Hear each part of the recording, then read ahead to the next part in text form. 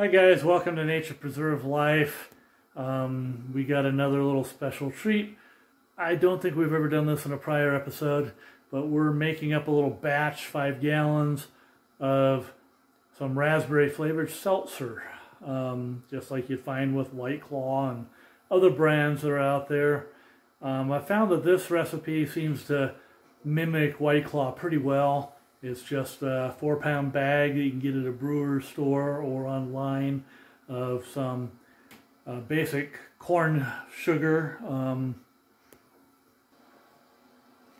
So it's 4 pounds of corn sugar, dextrose that's in here.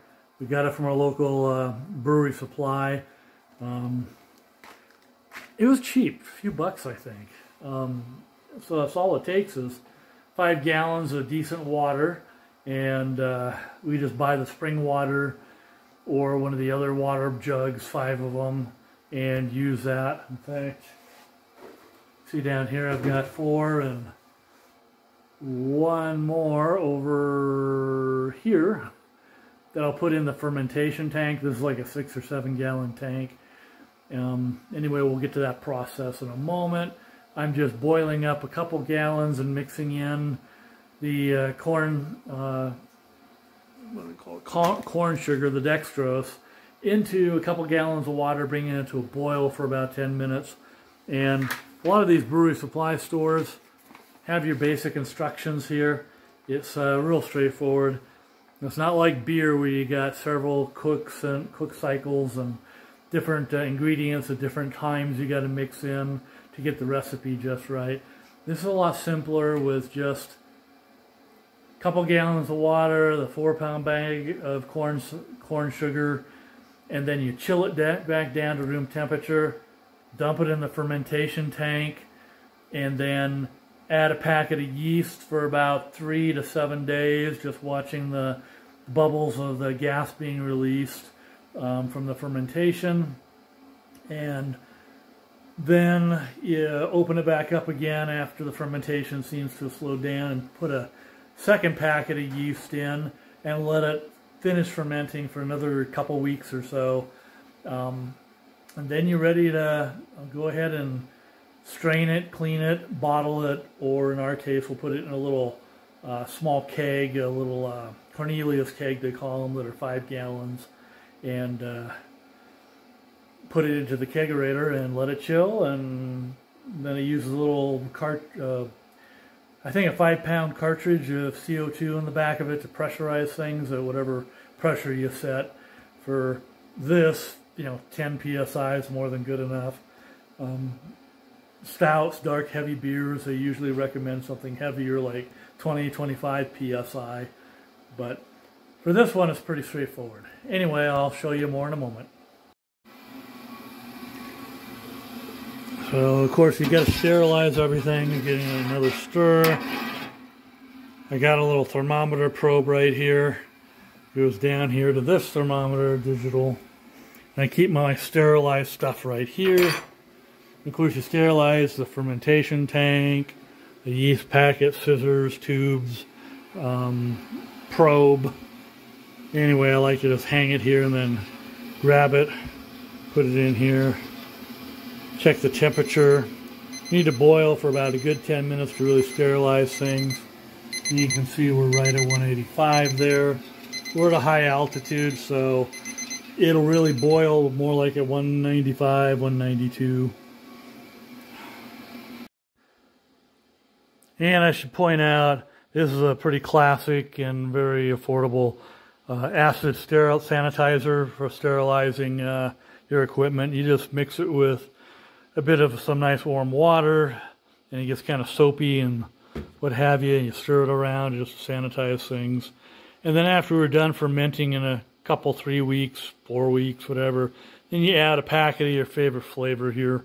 We have some raspberry and also some couple other flavors around, and we'll see what we end up doing for flavoring this. Okay, I've just finished emptying the 5th gallon. So I have a total of 3 gallons now here in the little cooking pot. Now I'm going to go ahead and lift it from the stovetop here, which by the way was on the big burner so I could cook it as fast as possible, and move it into this little bed of ice I have here. And we'll just get that moved right now. And I grabbed a second little tray of ice from another fridge freezer we have out in the garage. You can see I kind of spread it around the surrounding edge of the pot here, including all around the back. And I'm just going to let it chill, and I'll monitor the temperature here. The goal is to get it down around room temperature or so, maybe 70 to 75 degrees before putting it into the fermentation tank here, where I have another couple gallons of water at the bottom of that. Again, all this is just simple sugar water that we basically have made up and boiled and sterilized all the equipment and tanks and fermentation tank and pot and all that. So get it chilled, then I can blend it in here. Then I can just throw a bag of yeast, this little guy here, into it, seal it good, get the little release, CO2 release, what do they call these things? Anyway, you can monitor through here just the gas being released so you know when it's done fermenting.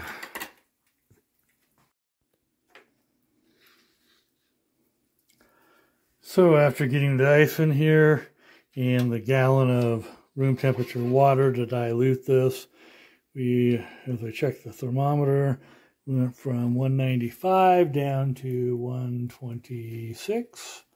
So it's dropping quickly. Just another maybe half an hour of waiting.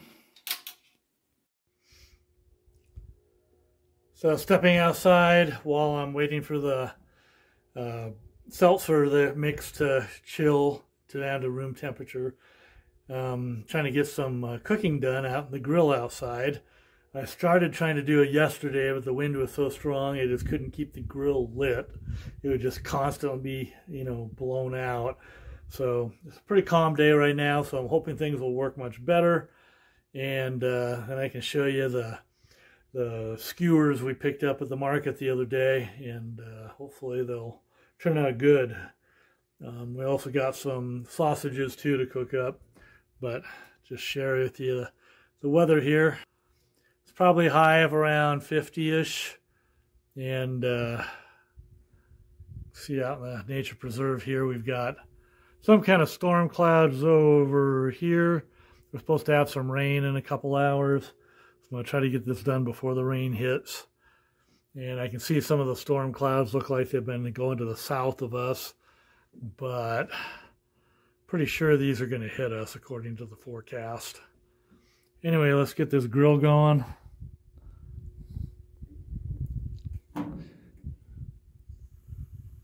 I can hear the gas going.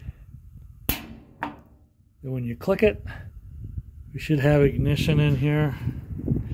Yep. You can see a little bit of flame in there. Sorry for the bad video here. Try to get a second one. I'm going to try to heat up one side of the grill, maybe the center of it too. Get some gas flowing. There we go. And let's just watch that thermometer. It's already starting to move. That's a good sign. Anyway, I'll come back out and check on this and see if we're getting around that 300 to 400 degrees like I like to see it before I start throwing meat on the grill.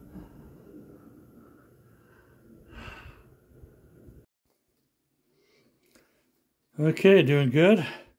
Down to 115.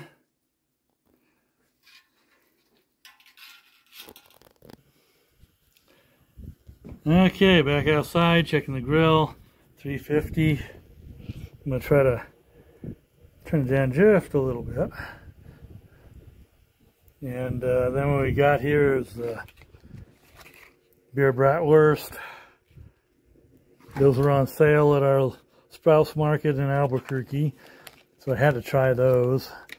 And then for Judy, this has the ingredients that are all safe for her, the pesto chicken sausage. She's highly sensitive to a lot of ingredients that are in corporate food these days. So That's good for her. Then I picked up 4 skewers here.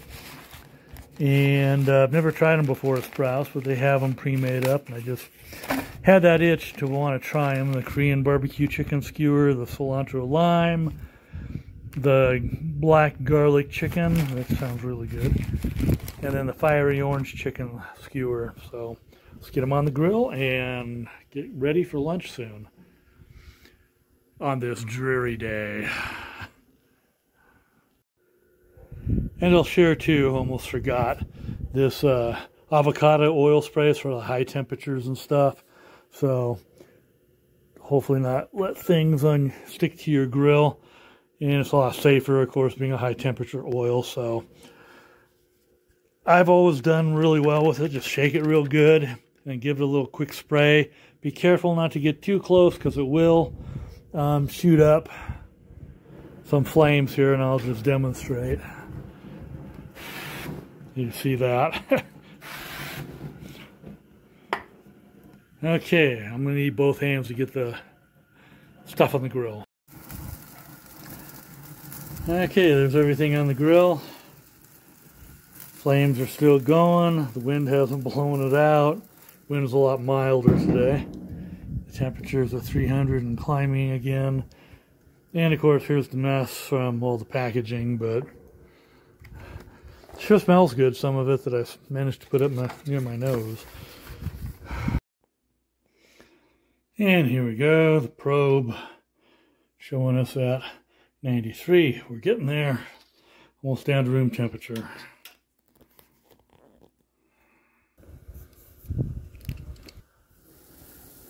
And here we go. Time to flip everything around. Not sure if you can see these grill marks or not. Right across there. Looks good. The dog is looking at me through the window.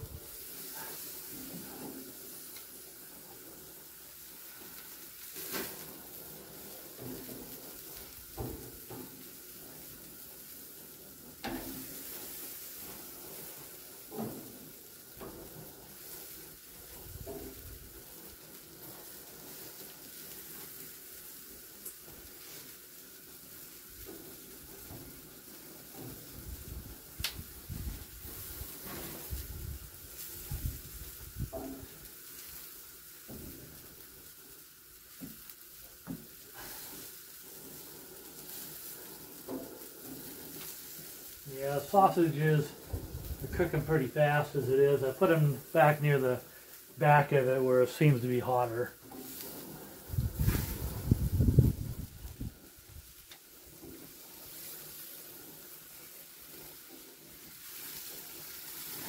Whoa!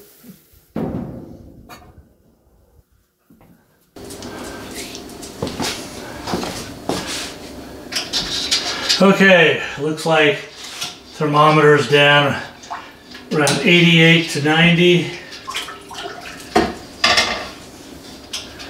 But since I have a bucket with another couple gallons of room temperature water here, I think it'll chill it enough so it's down below or around 75 or less at this temperature in the main pot here. So I'm going to transfer it now in there and then check the temperature.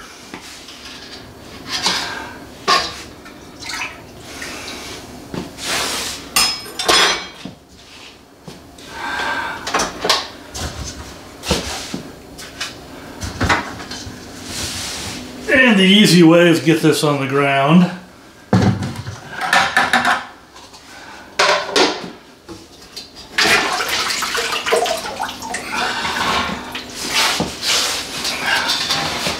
And do the pour.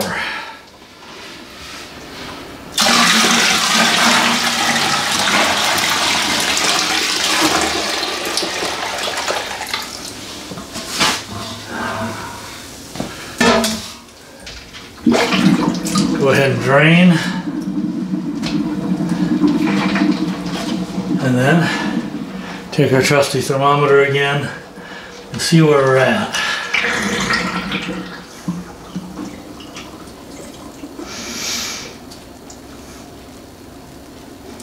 Okay, it looks like it's reading 79 degrees here. Dropped it a little bit, not as much as I wanted. But anyway, let's get this away from the dog.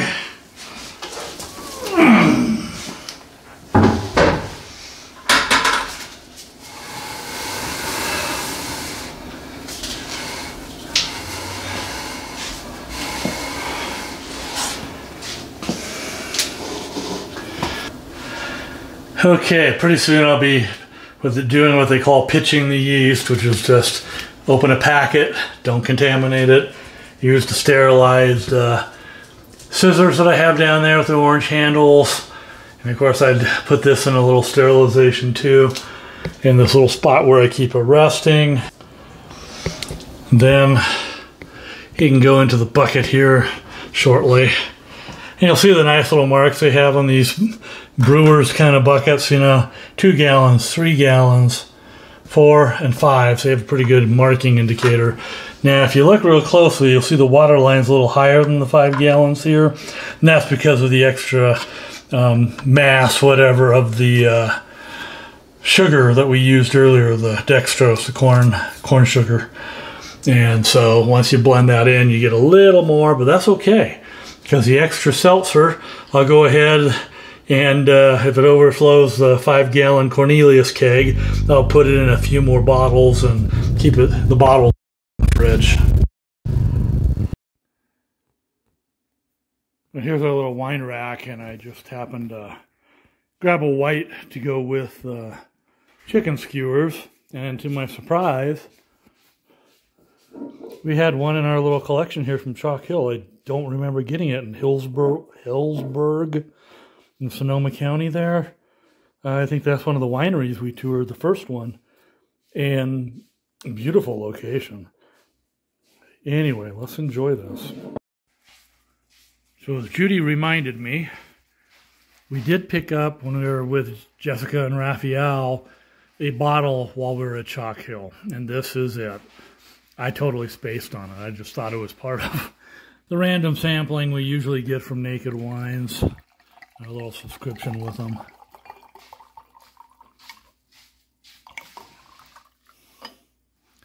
Anyway, it's Sauvignon Blanc, which is one of my favorite for whites. It just has enough of that fruity flavor and maturity, and not quite as tough on the soul as a Chardonnay is.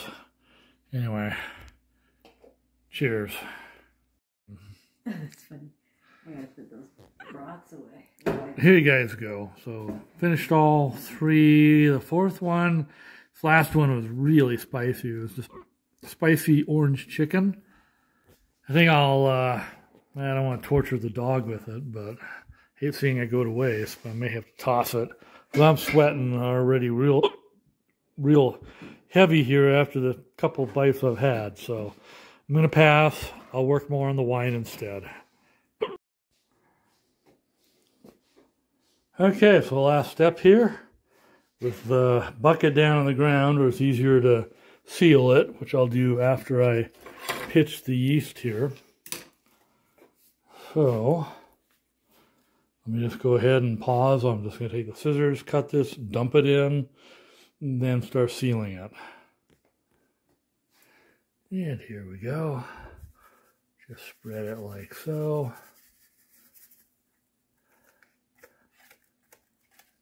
Sometimes they say not to stir it, so I'll pass on stirring it. You just put the lid on. Then I'm going to do this with both hands. Okay, you got that sealed nice and tight. You definitely have to make sure the seal around here gets on real solid all the way around. You don't want any leaks. Then you put your little gas venter here. And to know that you got a good seal, hopefully you can see the water there. If you push a little bit here, see I'm pushing, and of course the consequence is we've got a tight seal. So we just leave this alone for a few days.